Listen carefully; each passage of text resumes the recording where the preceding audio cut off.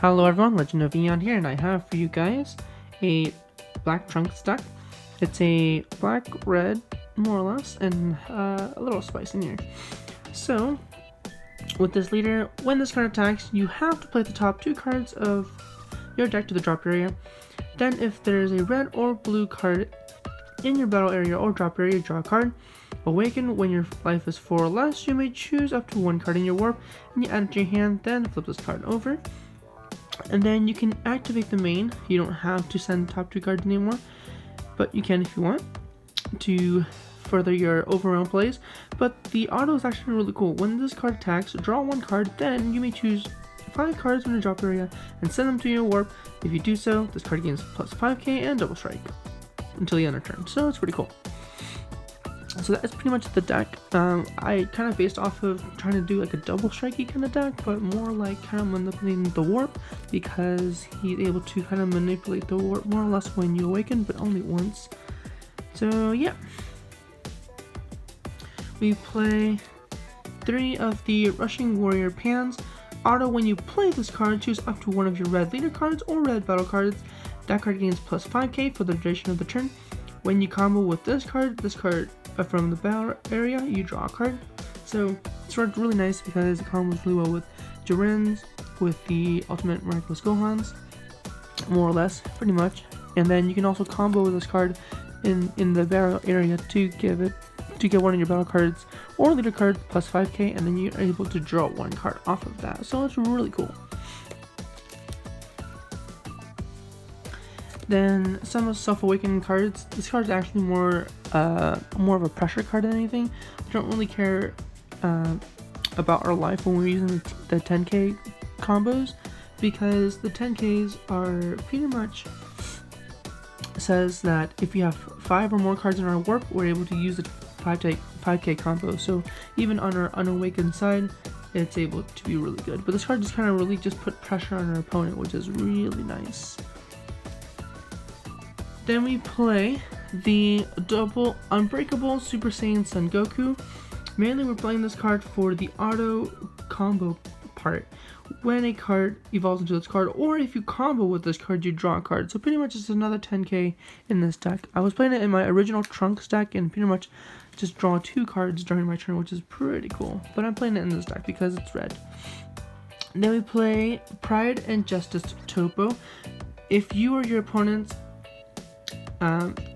have a power of 15k or more, so even if you're playing against like Mass Saiyan, they're able to pump, or if your opponent combos, or if your opponent combos, you can pay 2 red mana and negate the attack. Also has another auto when this card KOs an opponent's battle card, so just to active mode, it's really good against apes.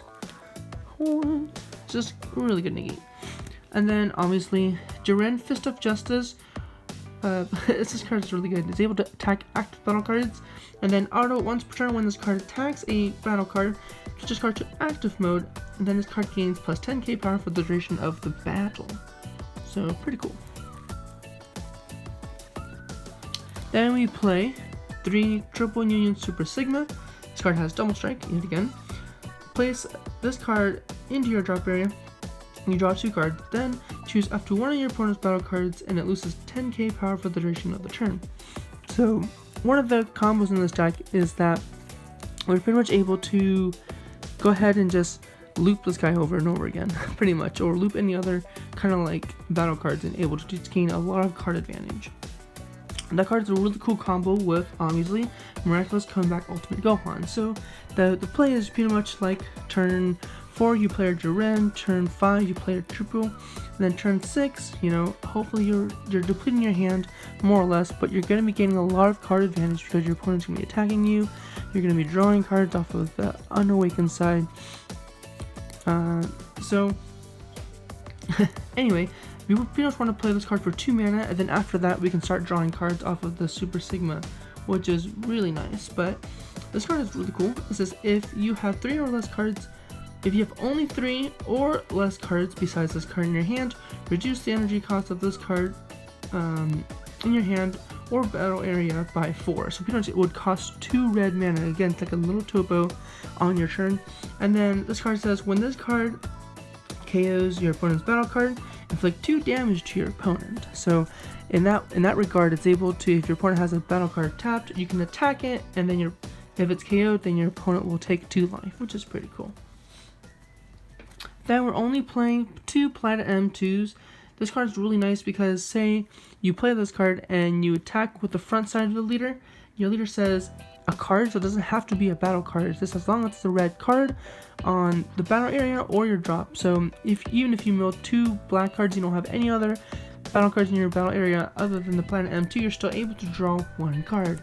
This card is really cool because we're able to put a lot of pressure on your opponent because a lot of our battle cards have double strike, and also being able to pump our battle cards. This card pretty much you can activate during your turn. You switch this card to rest mode, and of course if it's your turn, you choose up to one of your opponent's leader cards or battle cards, and it loses 5k power for the duration of the battle. Pretty cool. So you can attack your opponent's leader. If they're awakened, you can force them to combo out or they'll take life. And then this card's really cool with this combo also, being able to, potentially deal a lot of damage to your opponent, or, with Durans or Topos. It's really good. You know what I mean. Then on to the other cards.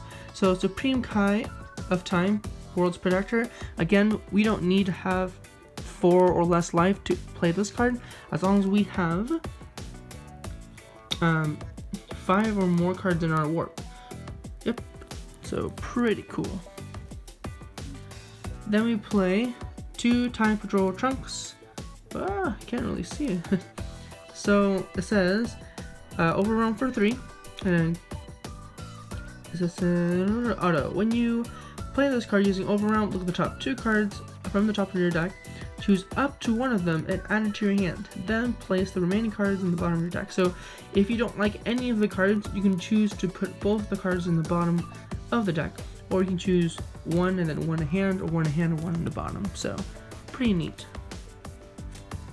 Then of course, because we're wanting to manipulate the warp area, Trunks Power Overseeing Time. This card overwhelms for 4. You have to pay 2 mana. Auto, when you play this card using overwhelm. Oh my gosh, it's so blurry. Overwhelm, choose up to 1 battle card in your warp and you add it to your hand. So mainly you want to warp back your 10k combos. Yeah. And then of course we play the One Scientist Fu. When you play this card using overwhelm, draw 2 cards. So that's more of a finisher, more or less. On to the other cards. Time's Judgment. So the reason why I'm playing this negate over any other negates, I guess I could have played Vado's Assistance, but I like the Time's Judgment mainly because we're able to bring it back. We can place 2 cards from our hand to the drop area, and if we do so, we need to add this card back to our hand. So this card's a really nice combo with the Miraculous. Because you want to play it for 2 mana and then able to draw more cards after that, which is sweet. Now here is the card that I'm going to be talking about. So Dark Plot.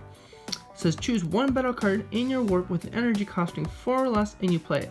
If you use this skill to play a battle card with overwhelm, choose up to 3 of your energy and switch them to active mode. So this card is pretty much able to bring everything back except for the Miraculous. So pretty much what we want to bring back are, whoa, I just dropped all my cards.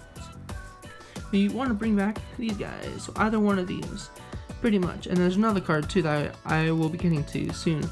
So we don't really care about the untapping 3 mana. Like, it's nice if we bring back an I guess a overwhelm card, but mainly we want to bring back cards that would give us a good advantage. Like this card is able to put pressure and also draw those cards. This card is able to get rid of battle cards. So that's the best part about it. So once your opponent thinks that they've already gotten rid of your battle cards, they go, well, welcome back. And then last but not least, I am playing Hidden Awakening Kale. This is the spice of the deck. Now, I know that I'm not playing any green energy, and she is the only green card in the deck. And the reason why I'm playing this card is because of, well, Dark Plot. We're able to bring back a battle card that's 4 or less, and she is obviously 4 or less, and able to KO battle cards on our opponent's side of the field. Most of our cards has to attack in order to get rid of stuff. while KO, you can pretty much start KOing your opponent's battle cards by getting rid of one of your own. So again, because we're having the low cards in our hand, by depleting that and then playing Miraculous Gohans really early in the game, we can start drawing more cards again with the Triple Union Super Sigma, the Hidden Awakening Kales, and also put pressure on our opponent. So that is the deck so far. It's a really fun deck. I do again have kind of trouble tapping out. I do tap out a lot, but it's fine because I'm putting a lot of pressure on our opponent, and we're able to gain a lot of card advantage, being able to use these guys for free before our opponent, which is super nice. And then bringing back all of the, pretty much just bringing back our battle cards that our opponent KO'd or warped or whatever. So like we can bring back the Kales, we can bring back the Jirens, we can bring back the Triple Union Super Sigmas, and you know, if our opponent doesn't have any negates, you know, they're gonna be in deep trouble. So anyway, it's still a super fun deck. Let me know what you think in the comments below. Alright, bye!